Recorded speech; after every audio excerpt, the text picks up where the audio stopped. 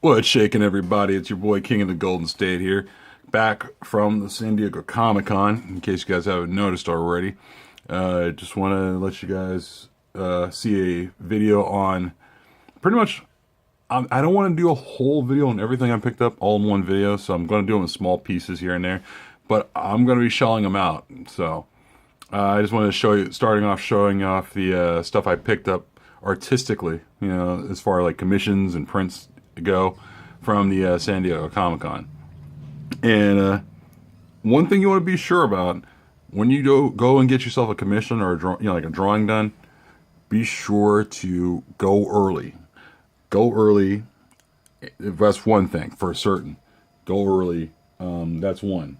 The other, have patience, because if you like I said, it goes back to going early. If you go early, have patience, knowing that they're probably going to take a day or two to get the picture done, which is good.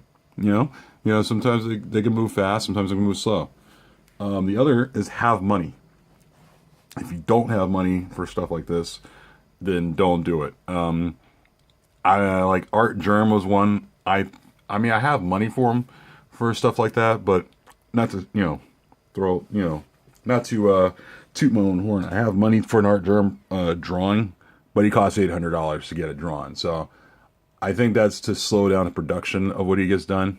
I did pay for Ed McGuinness drawing of the Hulk, and that's being sent through CGC, and that will probably be back in my hands in the next month or so. So hopefully their idea of quote unquote fast track will be here. So still haven't seen some of my other stuff I sent through other commissions. I mean through other conventions. So, but yeah, be sure to have money. Sometimes it costs anywhere between $120 for something to get drawn, or $500. Hell, even $800. And sometimes they do that to get things slow, get production slowed down, so they don't have to, so people will walk away and be like, $800. Oh no, maybe I shouldn't do it. But for certain, have money, have patience, and go early. Those are always my big rules when it comes to getting the commission done. But also buy some prints. First thing I do when I buy prints is I go and buy like a Mylar sleeve of some sort. Like this is an 11 by 17, so I decided to grab one of these sleeves because sometimes when I buy these things, they always seem to get bent up in my bag, and I hate that. It's just such a pain in the ass. So, and plus these prints aren't cheap either. They're like $20. I mean, so that's my advice to you guys. Also, this is pretty much just getting started. This is what I picked up from Frank Cho's booth. It was a Rogue in the Savage Land. It's an 11 by 17 poster here, and and it's signed and numbered by both Brandon Peterson and Frank Cho. And I remember bringing up I brought like a comment about him and the whole Greg Rutka situation. He kind of laughed it off. I mean, that guy's a cool cat. I like this thing. I'm gonna try to get some of these framed. Well, I'm trying to get all of them framed. A lot of the stuff I have, but if you do see Frank Cho at a desk at one of his booths, pick this up. Pretty cheap. Also picked up this from him too. It was a Stars and Stripes print. And it's he was taken after Jack Kirby, and it's been drawn. It's been worked. This is just another print here by Frank Cho and Brandon Peterson, and signed and numbered once again. And I just love these pictures that he does. That kill him. That he does kill. So got those. Also picked up this White Queen Kotobukiya statue. Everything's good about the statue. The only problem is this boot is missing a magnet. And I can't believe out of all the boxes I picked up the one without the magnet. Hilarious. But anyway, I digress. Also picked this up by Art Germ, since we were talking about Art Germ earlier. And it's a Spider-Gwen. Let me see if I can adjust this real quick. A Spider-Gwen print by Art Germ. And I couldn't help but pick it up. It was really kick-ass. And he also signed the bottom, And yeah. This one was $20. don't be afraid to pick up prints. You know, I mean, like, you know, art prints from artists if their stuff's too expensive. You know, like you could either pay $800 for a let me see if I can adjust that. Pay $800 for an original drawing, or just pay $20 and have Art Germ sign it for you. Nothing against Art Germ. I mean, the guy's trying to slow down his production. His stuff's really popular. Also, I was over at Terry Dodson's, the Dodsons, Terry and Rachel Dodson's art table, and I'm not a big fan of the Seattle Seahawks at all. I'm a Niners fan, and I'm a suffering Niners fan, long-suffering Niners fan, but I am a fan of good artwork, and I love this picture here. It's a really beautiful picture that Dodson did. I mean, I don't think he'll convert me to being a Seahawks fan, but I thought, why the hell not? I had to pick this up. And plus, he did a commission for me as well, and I love this. It's a great picture. I mean, Terry Dodson, in my opinion, Terry and Rachel Dodson, they're both very underrated artists. I mean, there's people on one side who love like Adam Hughes and, you know, of course Frank Cho, but, you know, don't forget about Terry Dodson. Terry and Rachel Dodson do amazing artwork, and they're very underrated. But more on that later. Let me take these off here. And I also had Bilson Cabot draw a Electra, like a quick Electro sketch, and you know what? That guy is a really, really awesome artist. I mean, that guy needs. I mean, I like to pick up art from people who are pretty much, you know, I don't want to say I have a theme, but it's like they need more love. A lot of these artists need more love, and somebody like Bilson Cabot is very underrated to current fans of today. You know, like he should have a line wrapped around his booth, in my opinion. And he had people come up, and that's great. But he should have like a Jim Lee type of line, or you know, or like just a massive like group of people coming around to him. But he's a great artist. I mean, you don't collect comics unless you don't have a Bilson Cabot says artwork in your collection. He kills it with the stuff he does, and you know, I hope he continues to draw furthermore, and hopefully gets more people's attention as far as like fans go, as far as coming by and, you know, asking for an art piece or an autograph or what have you. You know, I mean, he really draws some really good stuff, especially this Electra I love. It's a great one.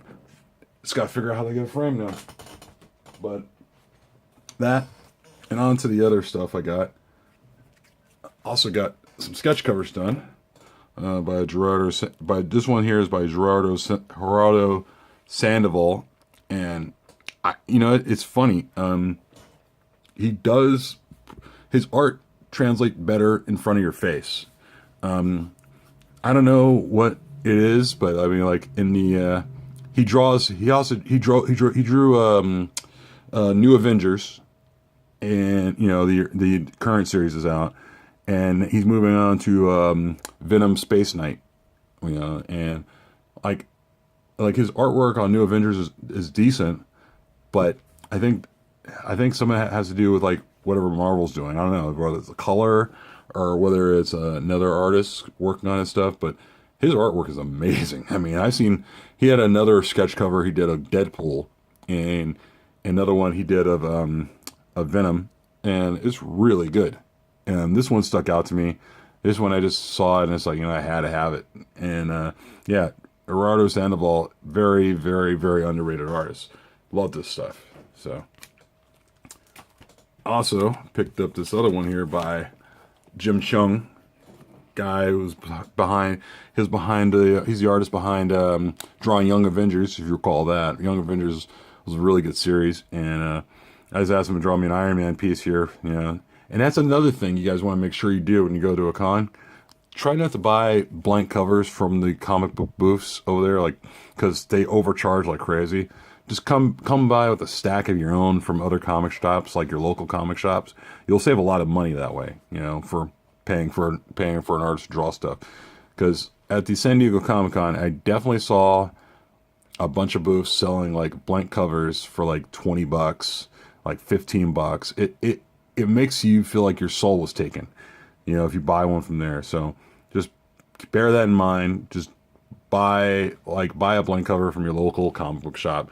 You'll save a lot of money. But yeah, the Jim Cheung, you know, I had like an Armor Wars cover in my bag, and I just gave that to Jim Cheung to draw on, you know. And it, you know, I was going through a handful of them. I wasn't sure what to have him draw, but I love his Avengers work. It really kicks ass.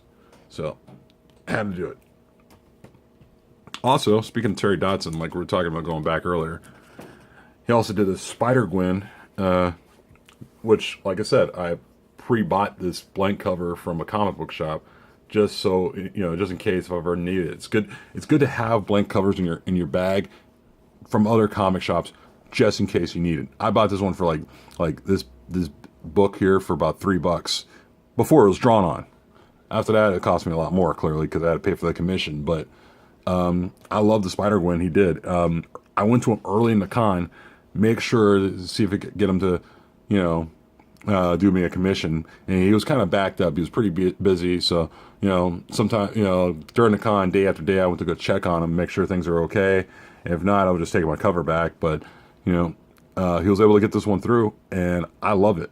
It was well done. As soon as I saw it, I was very impressed.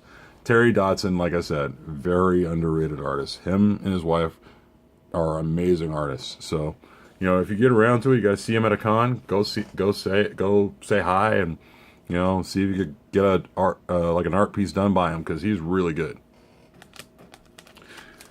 And my last one, which I had commissioned I had this one commissioned a little while ago. I want to say about over a month ago, and it's by Willis Pota. And I had him draw this one, which is a Flash cover, clearly, and drawn by Willis. It was also colored by him as well. So all this stuff was done by him. If there's anybody who works for DC and sees this video, go hire this guy. This guy is an amazing artist. Talk about underrated. He gets people at his booth, but he doesn't get too many, and I don't understand why. But I know you guys are wondering why Reverse Flash looks funny a little bit, and of course this picture is a little related to the Art Germ piece that Art Germ did, like for the Flash Rebirth cover. This is a pure coincidence, because this is what I wanted. Those two guys, you know, both Reverse Flash and the Flash racing, and, you know, that's as far as what Willis did, and out came this. And I kind of like the Reverse Flash from the TV show currently better than the one in the comic book, because the comic book's okay, but I just didn't want them looking exactly the same, you know. So I went with the TV version, and it looks, to me, this thing looks golden. It's amazing. So yeah, that's all I got, guys, as far as the commissions I had done at the con. Got a couple other cons coming up before the summer's over. I know I got, I'm going to try there's a Heroes Con or something over in San Jose, and then there's another con in San Francisco coming up in September. But till then, I'm probably going to cool down, you know, not have the, you know, skip videos here and there. But I'm back, folks, just so you know. And yeah, if you guys like this video, or if you have any questions, yeah, please, for one, like the video. 2, give me a comment or a question regarding like commissions and such. And 3, if you haven't subscribed, please subscribe now, please. I'm getting up to 100 subscribers. I'm almost there. So I'm probably going to do some sort of contest and figure out how that worked that out. But yeah, I'm about 90 plus subscribers right now. Say the early 90s. So if you guys, well, you know, if you guys get up to 100 here, you know, we'll figure out some sort of contest. Not involving this, of course. But anyway, I gotta go, guys. I will get to the next video and talk to you later.